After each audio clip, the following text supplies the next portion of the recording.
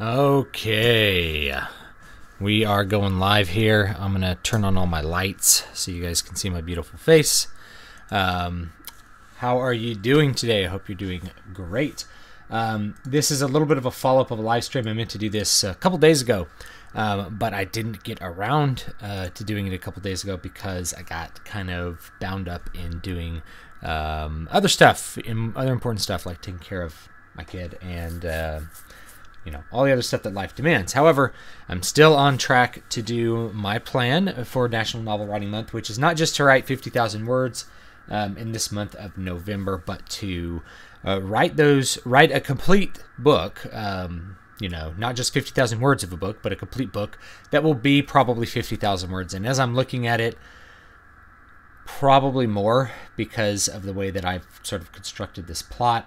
It's not the simplest. To me, it's kind of simple, but it's not the easiest to execute without writing a good deal of words. So it may be a little bit more than 50,000, which means I'm going to have to up my quotas for my drafting phase. I'm doing this in four phases. First phase is planning. I'm going to show you guys the second half of the planning phase that I couldn't do on stream simply because of constraints. I was doing it like on my phone while I'm doing other things. That's just kind of how it had to work when I was doing it. And the second phase is drafting, so that's what I'm kind of in now. And I'm going to be posting a daily update on my website, dvspress.com, with what I've written that day. And I'll probably I didn't do this for today's, but I'll probably have a word count on it too, so that you could see that bar filling up. What's kind of cool about keeping track of your word counts if you're doing National Novel Writing Month is that it's kind of like an experience bar if you're leveling. You can see that experience bar going up. And by the way, speaking of leveling, I just heard that Blizzard announced they're going to bring back some classic servers for World of Warcraft. So if you guys want to play with me, hopefully we'll be getting something going with that rather than having to do with private servers. So let me show you some of the things that I am doing plot-wise to make this happen. So first of all, anyway, I forgot to mention phase 3 and phase 4. Phase 3 is revision. I've basically allocated a week to do that, and phase 4 publication, I've allocated 3 days to do that, but that's a pretty easy phase once your manuscript's done. That phase, if you're really new to this, may take longer, but I'm going to hopefully provide all the information that's necessary for you to figure out how you want to do it yourself. At least with digital publication, it's not that hard. You just have to know how to format your files. You have to know how to get them uploaded. You have to know how to write a blurb, and there's a bunch of other stuff that I've already done because I've done it. I have an author page. I've done all the platform stuff for a while now. So, but anyway, before you even really build a platform, you got to have a book that people can read. So that's a good idea. So this is an opportunity for me to challenge myself and also to show how my process can work in a condensed fashion to produce a product fairly quickly. So let me show you something here. This is the document that I am actually working on here.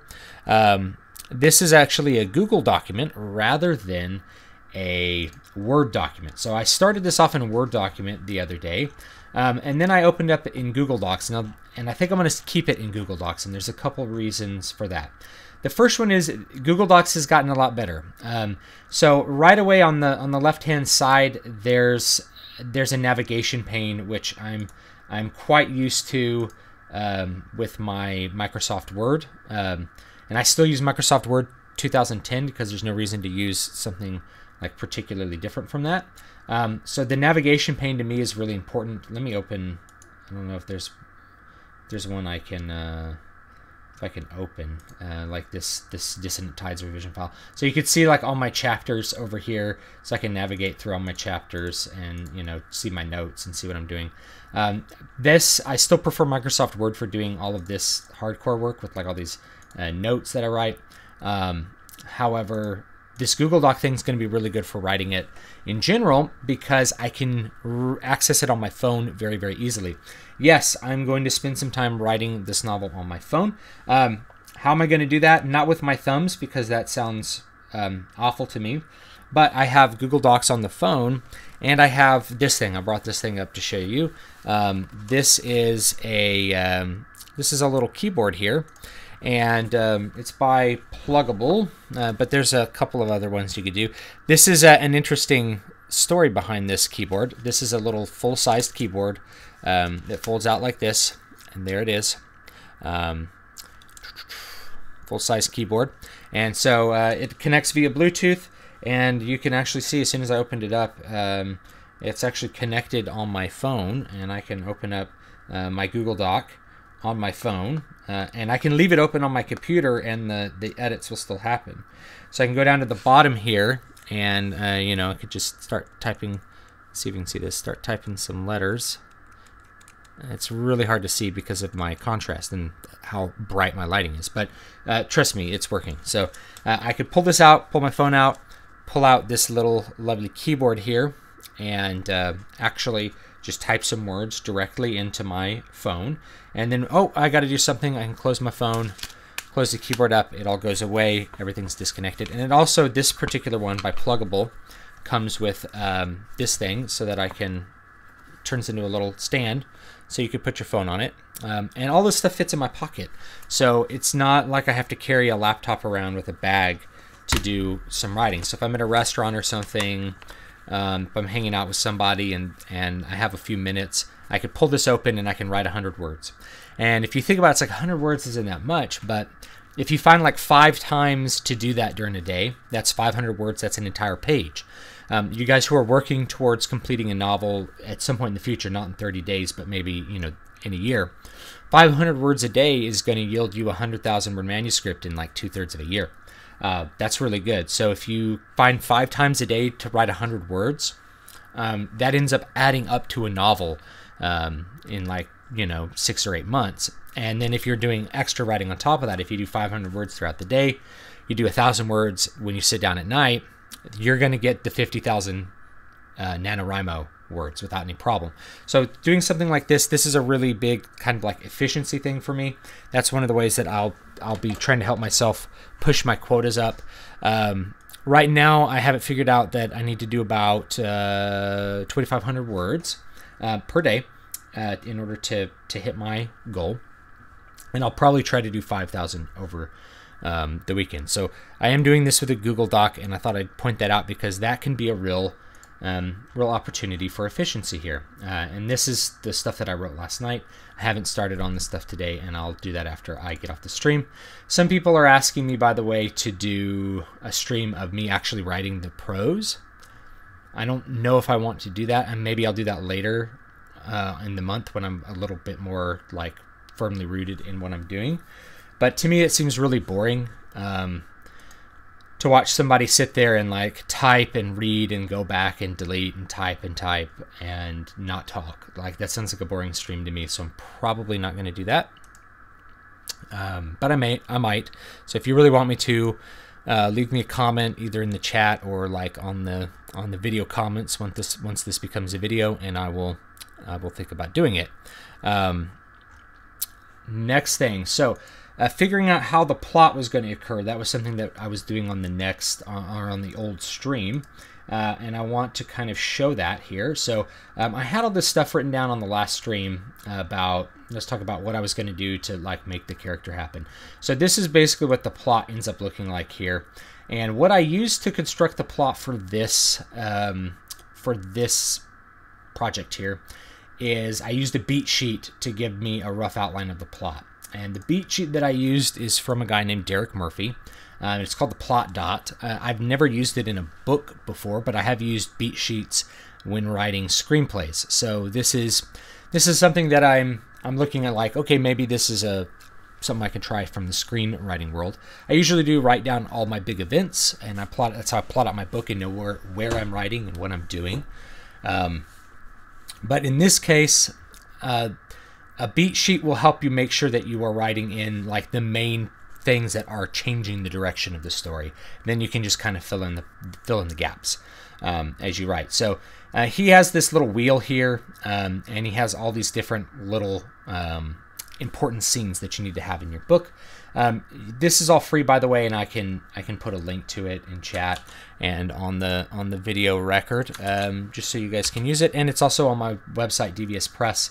I have a link to this. Like I said, I don't usually do this for a book, but because I'm writing in a short time frame and I want to have a really, focused process for getting to where I want to with this second phase, the drafting phase, I thought that this would be cool to try out, and also help a lot of people see that you can start with something like a beat sheet and kind of a predefined plot structure and get a lot out of that. Okay, so for this, it starts off with the ordinary world. The ordinary world, you could just think of that as exposition. It's just your opening scene. It's a scene that sort of sets everything up to be, this is the normal mundane experience of the character. So if you were thinking of Harry Potter, the ordinary world would be his ordinary life, and I include in that exposition any kind of things that you're going to do to hype up the sympathy for the character. That's a separate thing from plot, but I'm doing that. I'm using a martyr technique that'll become obvious in the next couple days when you see the prose go up on DVS Press. So you do an ordinary world. This sets the tone of what is mundane. If you're writing a science fiction story, the ordinary world would be they're experiencing their own mundane world, even if their mundane world contains like replicators that make food for them. An inciting incident, he calls it a call to adventure, and he has videos on all this stuff. The inciting incident is something happens that forces your protagonist to act. It forces them to do something differently.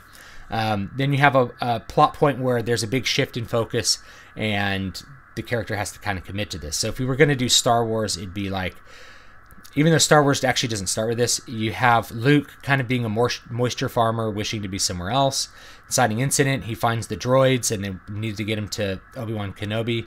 Point of no return is like his parents get killed and he has to leave. He now has to leave Tatooine. There's nothing left for him, and he decides that he's going to help. He's going to go with Obi-Wan. The first battle is, basically where they come and they find Alderaan destroyed, and they end up kind of captured.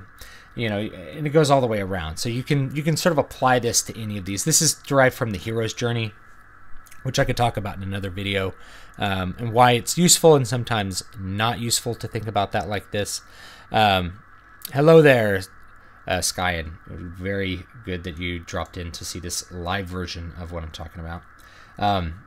So I use this to sort of drop in what I am going to do for my plot. And I don't want to produce spoilers, but this is sort of how it breaks down. I'd rather people kind of look at the product than see kind of how I wrote it down. But I add another point in called a saving grace. Saving grace is something that kind of pulled out of screenwriting from what I've done, which is that you get to a point in the plot where the hero can't act alone, or the hero has something that's beyond his skills, and somebody has to come in and help him achieve the final goal. So the saving grace in Star Wars is like Obi-Wan's ghost tells Luke what to do.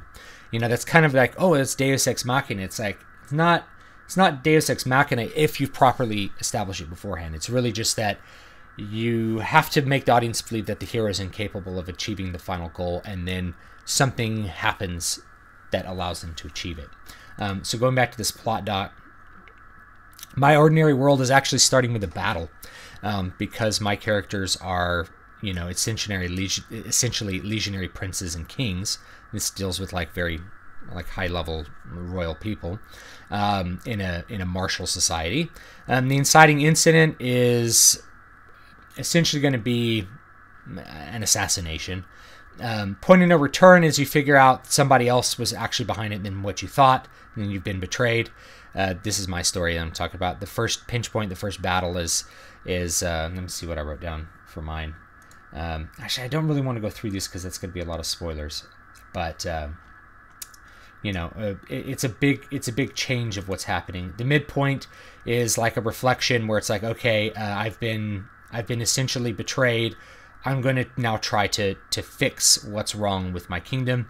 And then the second pinch point, essentially you lose a battle.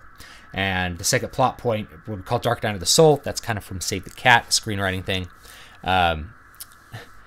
Oh, resist the call or skip that one. You resist the call is going to be somewhere in this first, inciting incident. You're usually going to resist the call between inciting incident and the first plot point. And the first plot point essentially says like, you can't resist the call anymore, and so you just kind of move on. And I'll probably have some element of that in there because I'm using a martyr technique for my character in the beginning, which means he's gonna essentially not want to help the people who are punishing him, but he'll have no choice once he gets to the first plot point. I need to leave work for 30. I gotta leave and start writing in like 30 minutes. Dark Night of the Soul is this point where like the heroes failed. The perception of you perceive it a severe lack of ability to achieve the plot goals. And then I like to have what I call the saving grace, which is that extra thing that comes in, the discovery of the extra thing that's going to help you to accomplish the final goal. Then you have like a final battle where you're able to actually accomplish the goal. And then a return to ordinary, which is basically just you go back to the mundane, but you've learned the lessons to now make the mundane tolerable. So I just kind of filled in some of the stuff for this. There's a whole bunch of plot points I wrote down. I'm kind of going through them fast, so you're not going to be able to read them, but if you're fast, you can read them. All the names are different. I've changed a bunch of the names since I wrote this. But that's essentially the idea here. And once you have this plot just kind of like out in front of you, you just fill in the dots. You just write through what you've already decided you're going to write. And it's a lot easier. One point of view, we'll see. Right now, it starts with the protagonist.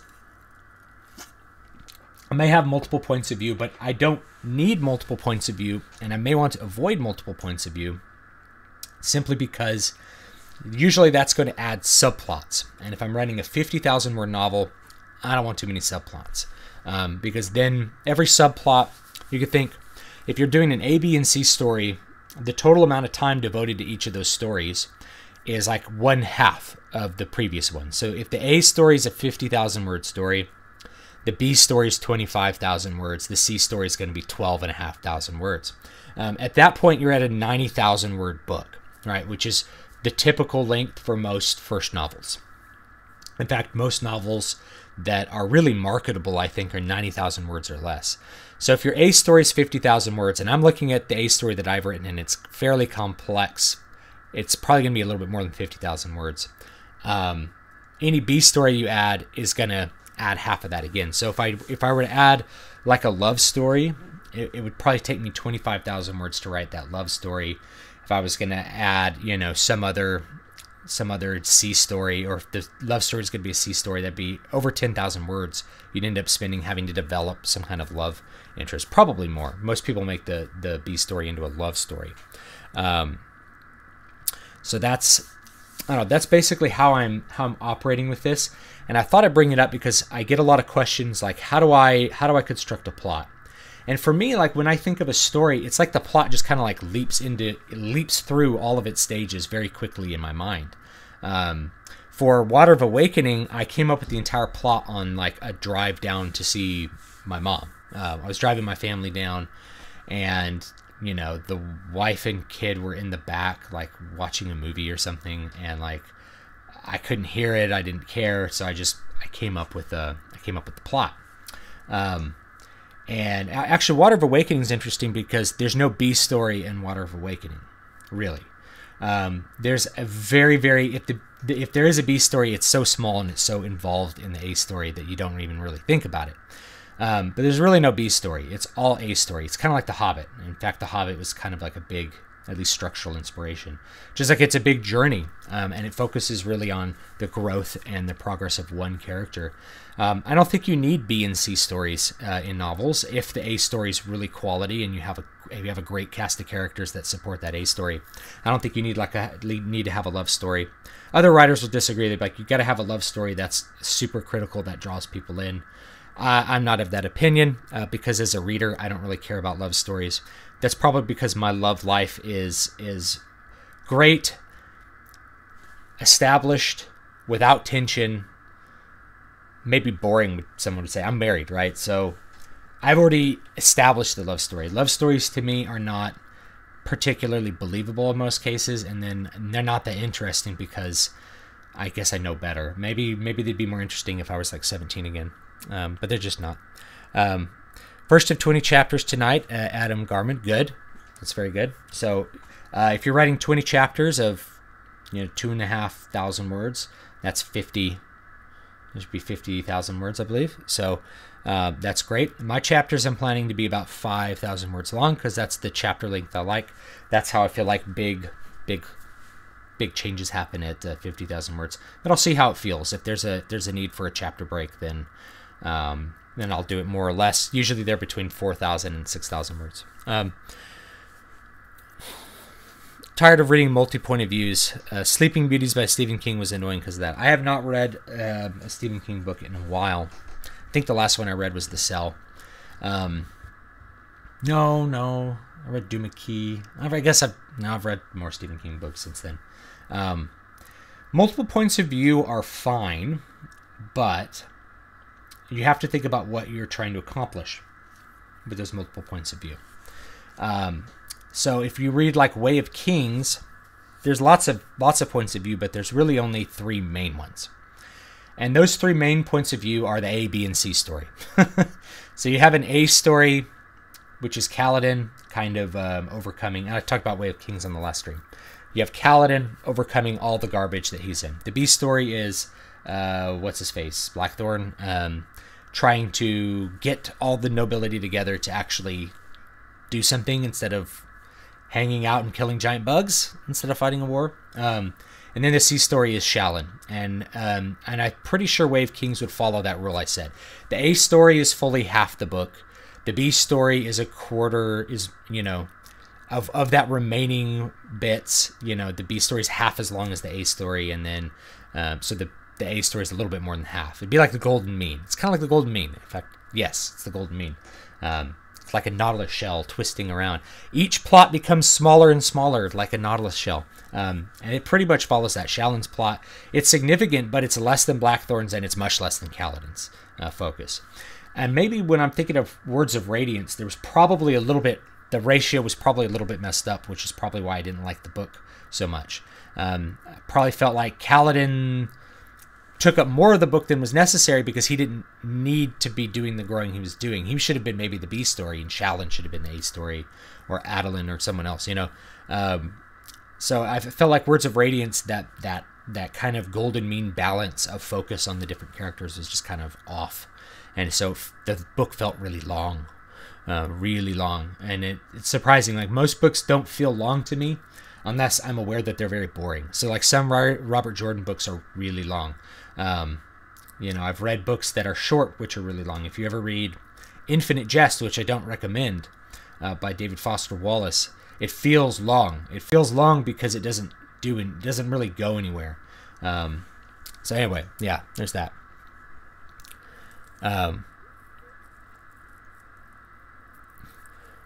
4 long chapters at 30K. Yeah, it's however you feel that, like, each unit is a unit. Most authors, 5,000 words is the most common length I've seen, and that's the length that feels good for me. Anne Rice does it all over the place. Some of her chapters are like 15,000 words. It just depends on what is encapsulating that area that you want a chapter to be. If you look at Tolkien, his are pretty long. They're 10,000 words. So most Tolkien chapters are between 7 and 11,000 words. They're pretty long, and in Lord of the Rings, I think they're even longer, because each chapter is like a geographic area that they're having an adventure in. So there's there's 2 chapters of Moria. 1, they're exploring Moria. 2, they're running the hell out of Moria, right?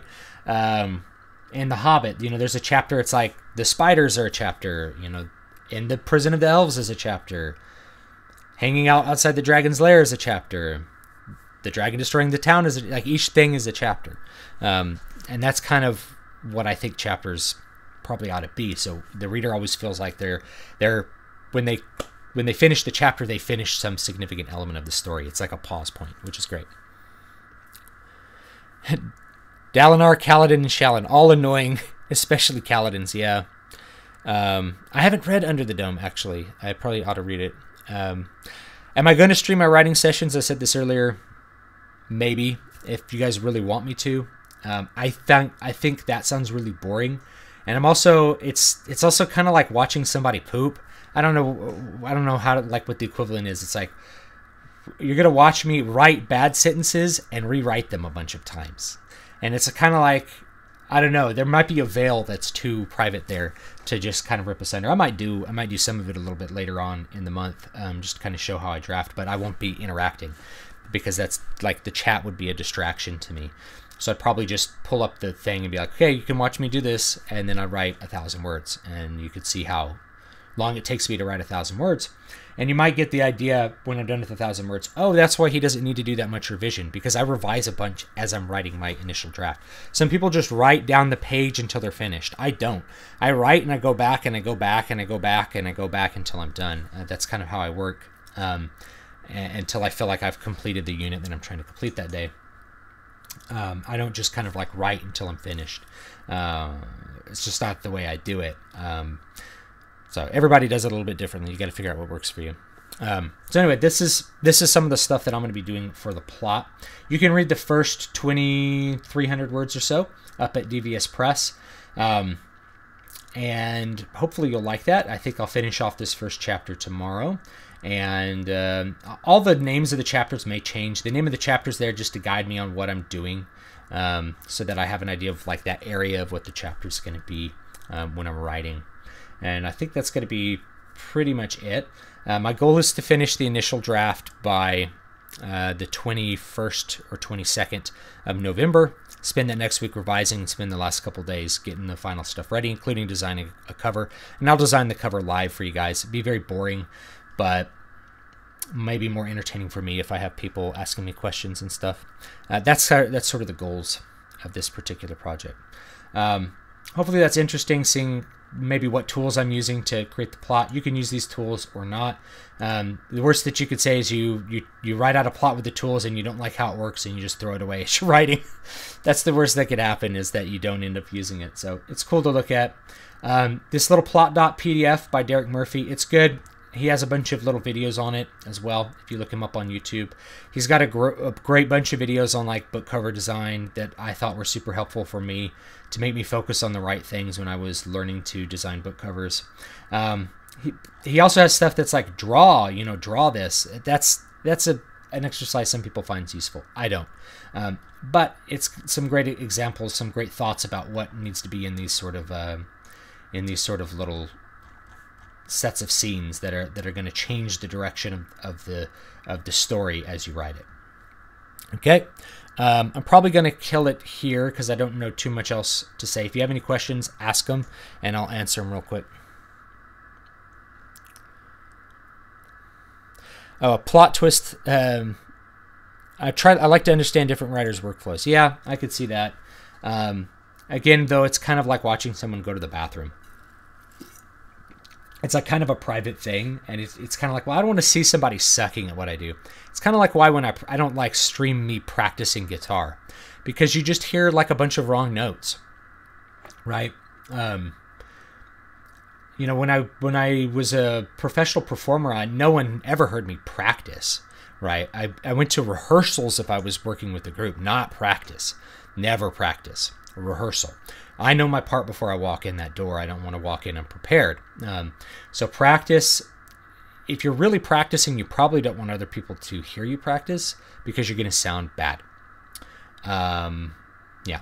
So if you are writing, it's kind of like I don't know if I want everyone to see me sucking at what I do. I'd rather than look at the final product and like worship my ability to complete something. I don't know. It's not good. It's not that great for the ego if somebody sees you sucking or writing something bad that you then go back and revise before you do anything else. So anyway, that's sort of my thoughts on it. Do I have videos on ebook formatting and publishing? I do. There's one on how to take your Word document and turn it into an ebook. It's a rather long video, but it's extremely detailed with the formatting that has to happen in Microsoft Word prior to when you do that. And I'll briefly go over it in this video so you have the main info. If you look at my chapter structure here, and by the way, you can read the first act of this book right here, Dissonant Tides, which I'm going to try to publish in the new year once I finish fixing all the crap that's wrong with it.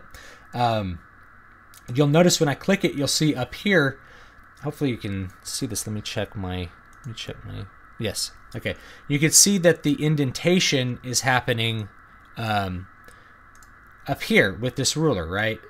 That's the indent. And that happens throughout the document. This is really important because if you have a tab indentation, when you try to make an ebook formatting, it's going to be awful. Like the words are going to be halfway over, and if somebody's reading on a phone, the words are going to be like right in the middle of the phone screen, which looks really, really bad. So you have to set this up, and the way that I do it is that I create a paragraph setting called normal, or just like, you know, times paragraph. You go to modify, and when you modify this style, you write the entire document where the entire body's in this one style. You go to paragraph, and here's the paragraph formatting thing.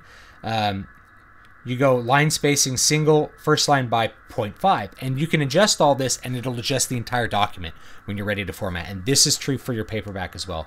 So you need to have your document set up beforehand and not use tabs. It's going to save you hours maybe hours when it comes time to actually format your document. Now, when I actually want to make this into an ebook, I literally can just upload it to Amazon and it comes out as a perfect ebook. I don't have to do anything.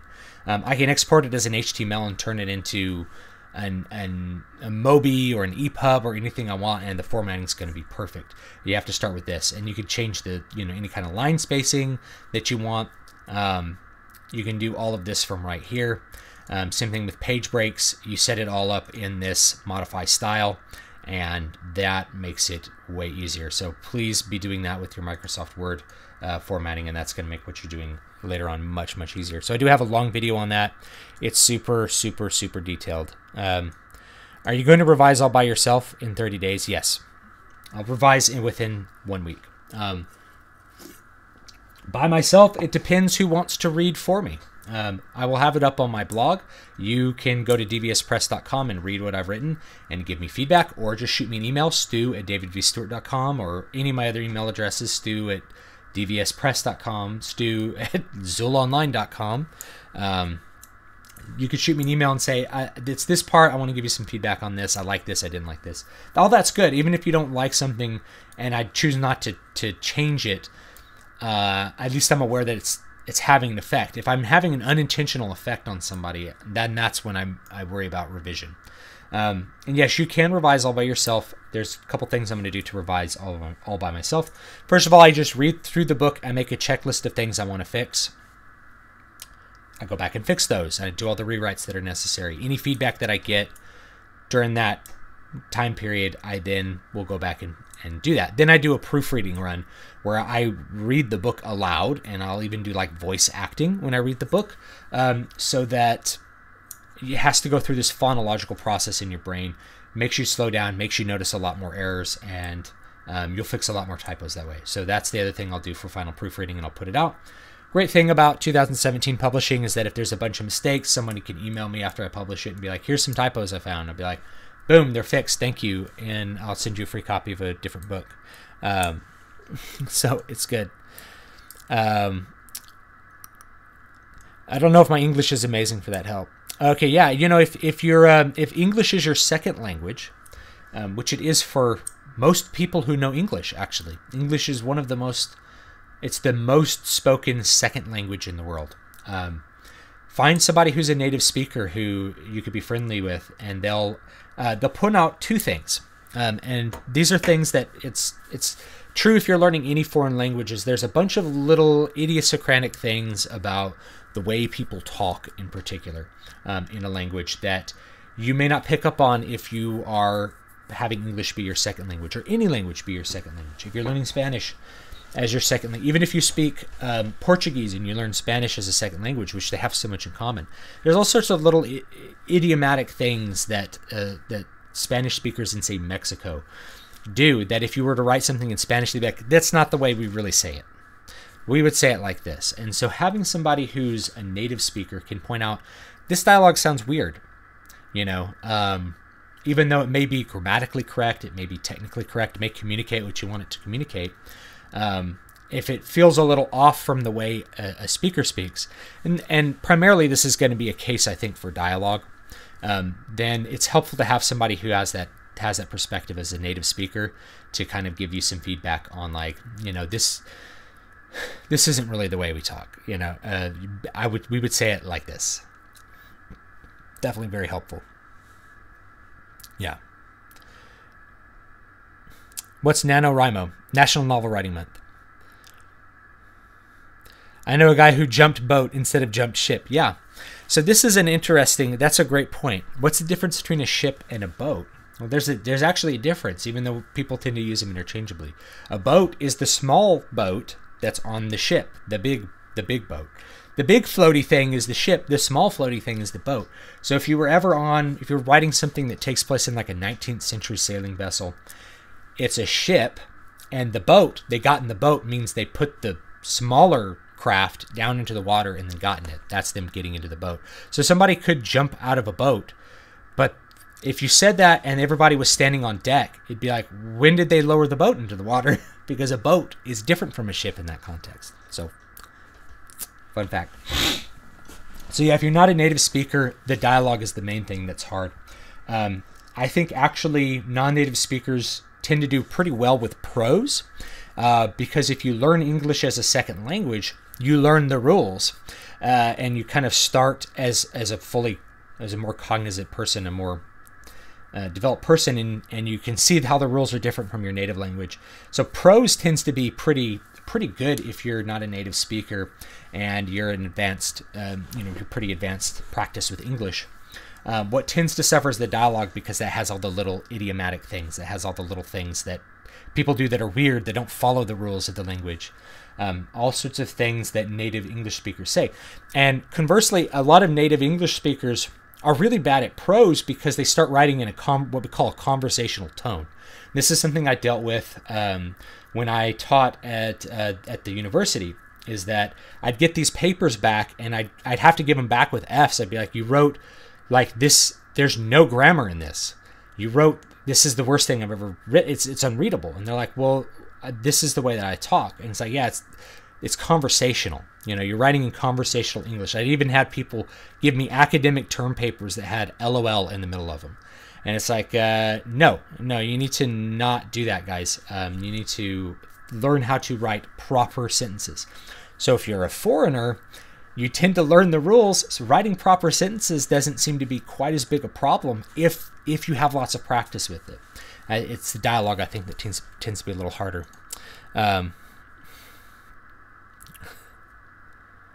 Yeah.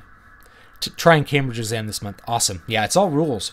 So knowing the rules is what's important for prose. And then, you don't have to get super fancy with prose. Like, if you read something like Tolkien has really good prose. He does a bunch of different things that are all according to the rules, but which people don't typically do. In English, you can actually like reverse the orders of certain words, depending on how you want to emphasize them, but it wouldn't be normal. People wouldn't normally write prose like that, and you probably wouldn't find anyone telling you that that's okay with the rules. Take me away from this den of iniquity to where I care not. You should say, I don't care where. I do not care where. That's like, quote, proper English, but you can put to where I care not. And it has just a different feeling, and it's still okay. But you don't have to do that in order to be effective. What's most effective with prose is that you're clearly showing the reader what's happening. That's what you want with prose. Yeah, they wrote LOL in a paper. Did they confuse writing essays with texting? They got out of these were freshmen at a major four-year university. It was at Fresno State. That basically got out of public school without knowing the English language. And I make jokes. I'm like, the public school system in California is excellent at graduating illiterate sociopaths. Because that's kind of what I dealt with these freshmen. Is like, how you are in no way prepared for advanced learning. You don't know what a complete sentence is. You couldn't point to a word and tell me if it was a verb, right? If it's an action word, where's the subject and where's the predicate? I don't know what you mean. What do you mean? I just wrote the way I talk. It's like you went through 13 years of school and no one ever told you how to write a sentence. And so at that point, when they're at the university, I'd send them to the writing center. Of course, they wouldn't go because they're freshmen and they don't realize how bad they are at life. And then they fail all their classes, and at least Fresno State and most universities do this. This is where I talk about what a bad system the university is for a lot of people. And I tend to be kind of, I'm not sure if I'm anti-higher education so much as like you need to have a lot of caution when you're going to go to higher education and be very aware of what you're getting. So we'd have these kids come in as freshmen. They come in with a 3.0, but that 3.0 doesn't mean anything because it's not a meaningful certification of skills anymore. So they come in with a 3.0. They'd fail all their classes the first semester, not know how to fix that, retake a bunch of those classes, fail them the second semester. They're on academic probation at that point. They come back for the third semester. They fail those classes. They're finally basically disenrolled from school. They're finally said, you can't come to the university anymore. Now that's 3 semesters of tuition that they had to pay. Meanwhile, their grades indicate that they've accomplished no learning and were never prepared to learn to begin with. But they sat in a chair and they paid the university thousands and thousands of dollars, probably thousands of dollars to sit in a dorm room too, to pay salaries, to do all the things that a university does. And they got literally nothing out of it because no one stopped to tell them that they didn't have to do this and that they weren't ready for it. And they did receive no information to tell them prior to their first semester in college that they were not prepared for a major 4-year university coursework. Even general ed, they weren't prepared for general ed coursework. And I taught mostly general ed music classes. And so for general ed music, we had to do like concert reports. So I'd be like, okay, go to one of these concerts. We have concerts all the time at the department. You can come to one for free because you're a student. Write a paper basically addressing these 20 different things. I had 20 different things you had to answer, you had to address. So address these 20 different things. If all the information's there, you can't get less than a C. It was so specific, guys. And I mean, like if they had literally not written in paragraph form, I probably would have given them a C if they answered all the questions. But I couldn't. I failed numerous people, and I was required by the university to fail them in the class if they couldn't complete the writing portion of the work. And this is a response to a reality that a bunch of people were getting up to the higher levels of the university, and their writing skills were terribly subpar. So we started putting writing in all the other courses. And it's okay. It's good to know how to write about music, and I made it really easy. But I'd get stuff turned back into me that was 2 paragraphs. 2 paragraphs and in broken English with LOL in the middle of it, or like hearts drawn in or something. I had somebody hand me an essay on lined paper that had like hearts drawn around the edges. I'm like, who are you and why are you doing this? What do you think you're doing here? Sorry, let me look at some comments. Yeah. Is it okay to have dialogue take place nowhere in particular? Yeah. Right? Like the dialogue, it depends on, is the dialogue more important than the location that the people are talking about? Yes. Think about Seinfeld. Think about the show Seinfeld. It's 4 people sitting around in a cafe talking about things. The setting is literally irrelevant in that case. It's just a place that you can get 4 people together to talk about the jokes of the episode. So no, they can take place in no place in particular. It could be you're walking down the street talking to them. You're talking on the phone in your living room. You just don't have to describe the environment if it's not relevant to what's going on. You can just focus on the dialogue. In fact, look at what a screenwriter does. Interior, day. Michael is talking to Julia. What else do you need? Michael's talking to Julia. The chair is blue and it's very comfortable. Like, you don't need that, right? It's not that important. So if it's not relevant to the plot, it's not relevant to the story, you can just leave it out. The bad side about English being a world language is I'm reading your ebook. You aren't reading mine.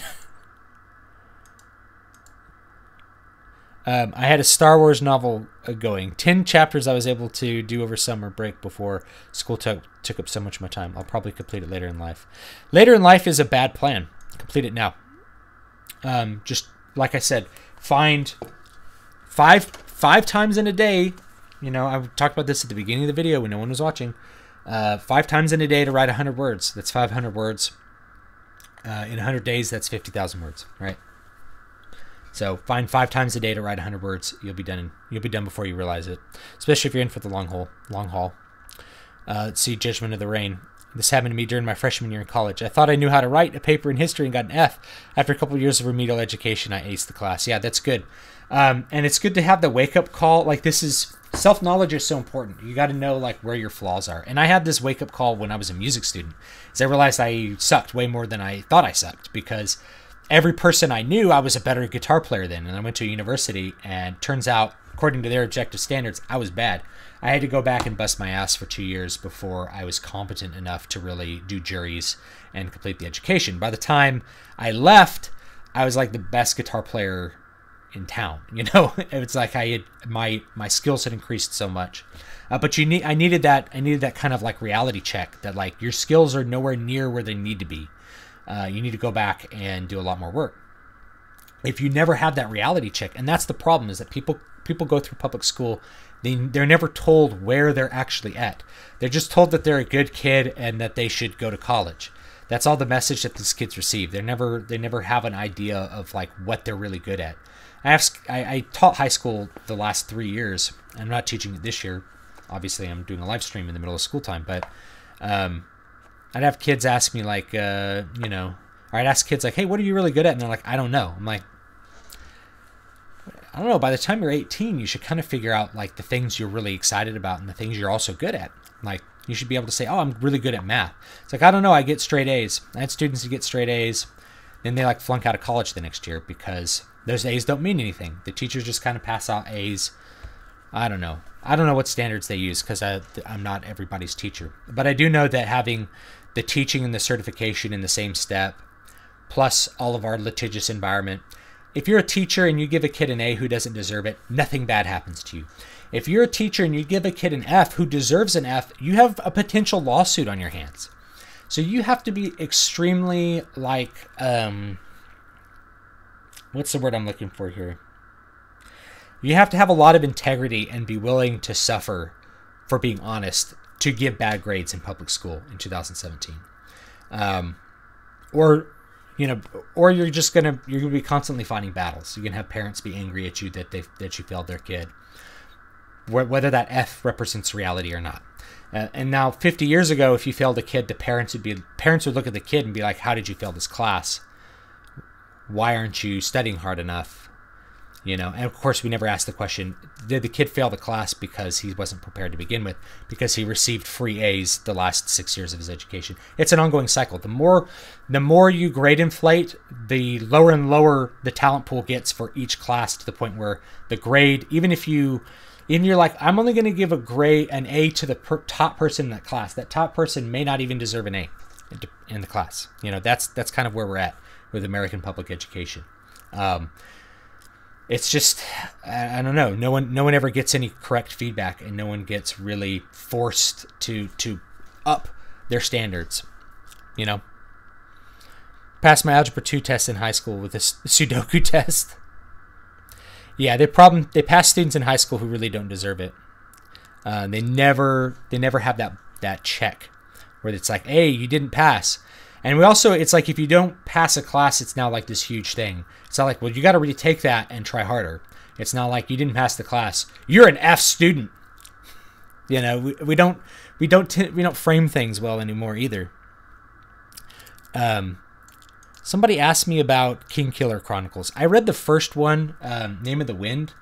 I don't remember anything specific about his vision of music. I didn't like the book, so that's probably why I don't really remember anything special about it. Robert Jordan described music okay.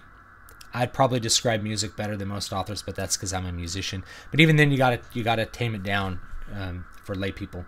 Tolkien, of course, viewed the world as being created through music, and I like that. I love his music metaphor in the Silmarillion, how the Silmarillion opens up. If you haven't read it, it's very poetic. It's very good. Read it. I'm a sophomore with all A's, but I don't know what I'm good at. And this year I've literally got to teach myself chemistry and geometry, which is very, very stressful. I had a lot of students that you have these bad teachers that don't do anything. And it's like, you know, what are you doing for that kid? When he goes after that, and he needs that information to go on to the real world and do something. When he goes to the university, he needs to have basic chemistry information to take his first bioscience class. If you don't give it to him, you've now destroyed his ability to excel in that area. So standards are super important. And why do we have teachers who don't teach? Because you can't fire them. Why can't you fire them? You can't fire them because of tenure. Okay, well, why can't you fire bad teachers that have tenure? Okay, it costs a school district over $1 million in the state of California and the state of New York, which are the two most litigious union-run states.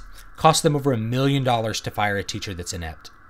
And you're usually still only going to be able to fire them if they're so inept that you can document it for like multiple years. Like you walk in and they don't teach. They sit at their desk and watch YouTube videos and don't teach. They literally don't do anything, and you document it very thoroughly. It still might cost you $1 million in legal fees to get a teacher fired who has tenure. That's what it's like. So what do schools do? Well, it's easier to just leave them in the classroom. Or in New York, they put them in what are called rubber rooms. They take the teachers, they show up to work, they sit in a room and read magazines and get paid, you know, $80,000 to $100,000 a year to read a magazine and then go collect their retirement because it's cheaper than trying to fire them. You know, that's why you have bad teachers. It's really, really sucks. And the thing is that discourages anybody who's really good from wanting to make an effort, because it's like, I get paid $80,000 if I work my butt off. I get paid $80,000 if I do literally nothing. Why would you do anything? You know, it was like the only reason I tried at all as a teacher, as a public school teacher, is because I really wanted kids to do well. I actually cared about their outcomes on a certain level. And then there was lots of kids that I probably didn't care about their outcomes because they didn't care about their outcomes. So, you know, I probably still could have been better, but the environment kind of sucks it out of you. When I become a math teacher, I'm not going to multiple choice tests. Yeah, showing your work. See, to me, as a math student, I was always like an A+ math student, but I always hated showing my work because I would do so much of the math in my head. It was just like, oh, I got to write down all my arithmetic. How annoying. Now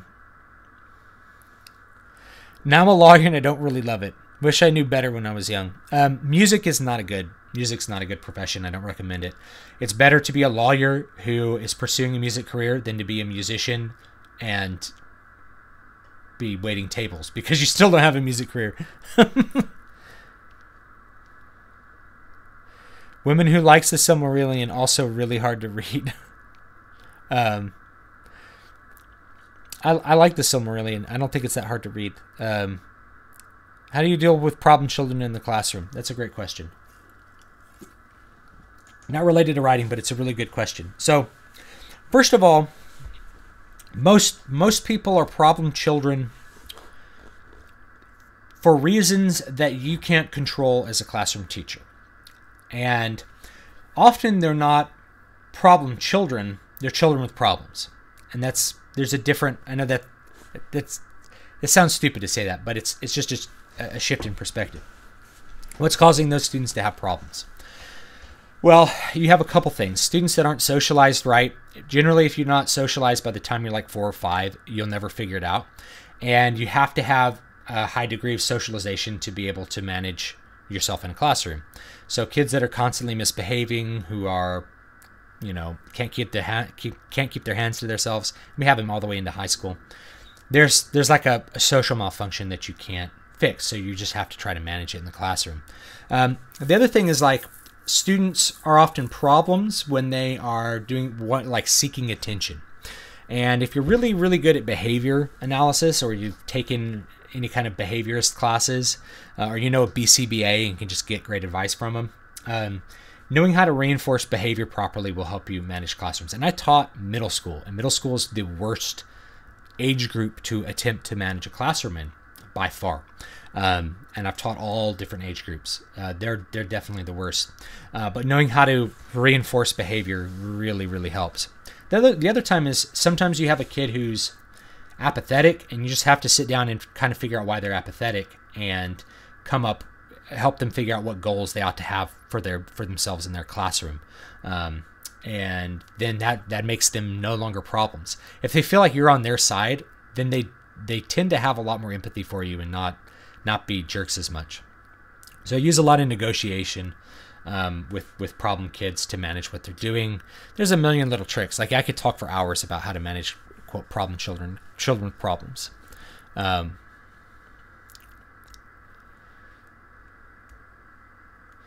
Just gives you a sheet of paper without explaining a single thing. That's lovely. Luckily, there's a lot of info out there you could teach yourself, like just on YouTube. What do I think about degrees in creative writing? I think they're bullshit, just like degrees in music. And I have music degrees. So why is a degree in creative writing bullshit? Well, it's bullshit because the product is what matters, not a certification somehow related to the product. If you have a degree in creative writing but do not write good books, your degree is literally worthless and is certifying nothing. If you don't have a degree in creative writing and you're writing good books, then obviously the degree is not necessary, in which case the certification is pointless. It's also a complete waste of your time education-wise, because the skills that you might pick up in a creative writing class, you could pick up by talking to me or by looking at all the other YouTube videos of actual authors doing this.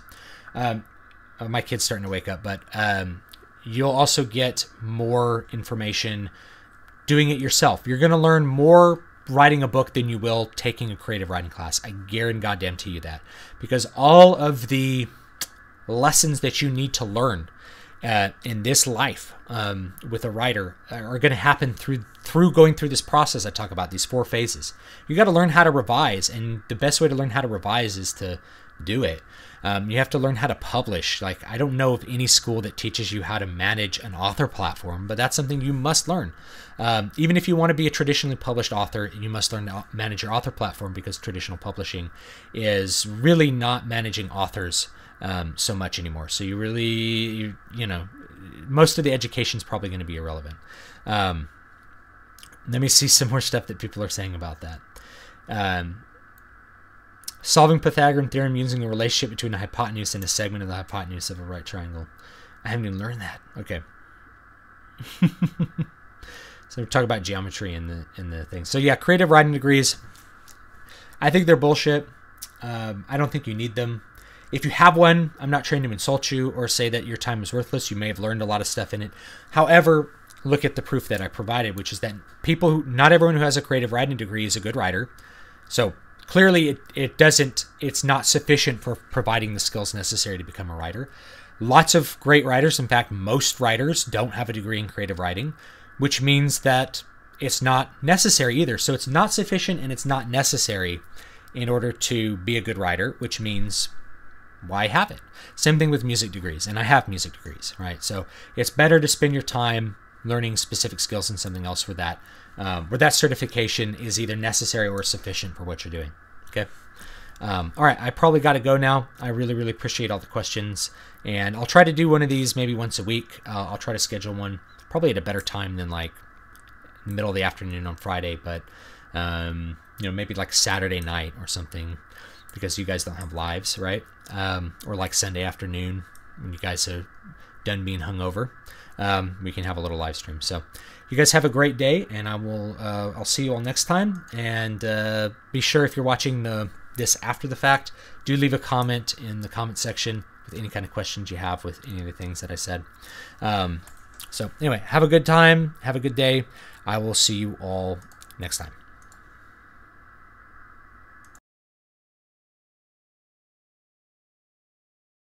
Last question. Does music stimulate creative thoughts when writing?